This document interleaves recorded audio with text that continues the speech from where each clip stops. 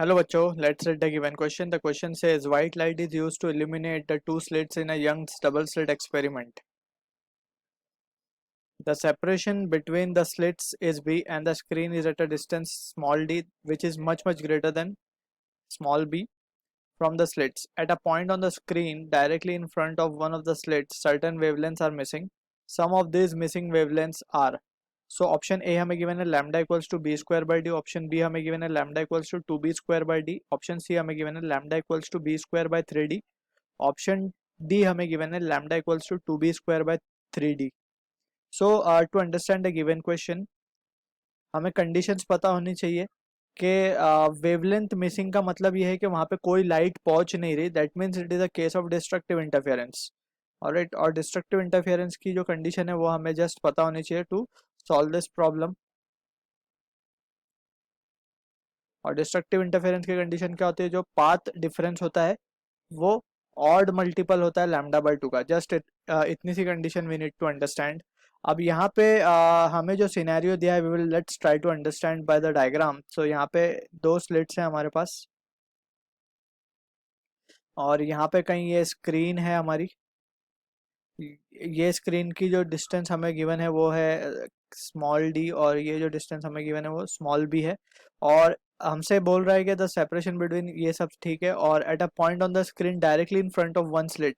तो let's say ये slit के जस्ट सामने, ये स्लिट के जस्ट सामने की जो डिस्टेंस होगी वो होगी b बाई 2. अगर इस पॉइंट को o मान लिया जाए, दैट इज सेंटर से o b बाई 2 की दूरी पे. अब यहाँ पे इस पॉइंट के ऊपर हमें बोला गया है कि सर्टेन वेवलेंथ्स आर मिसिंग, मतलब कुछ लाइट्स यहाँ पे मिसिंग है तो उनकी वेवलेंथ कैलकुलेट करनी है मुझे.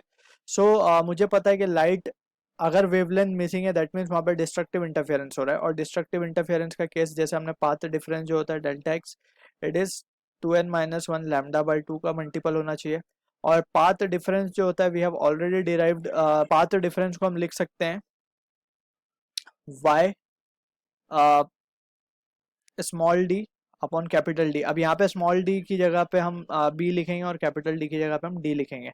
सो दिस इज व्हाट द यहाँ पे हमें पार्ट डिफरेंस मिला and that is equals to 2n-1 lambda by 2. अब यहाँ से अगर हम y की वैल्यू निकालें सो y की value will be equals to, ये हो जाएगा हमारे पास 2n-1 बाय 2 और ये हो जाएगा lambda D upon B. Alright, और हम केयरफुली देखें तो ये जो y है, y हमारा क्या है exactly, it is b by 2. Alright, as per the question ये होता था y हमारा.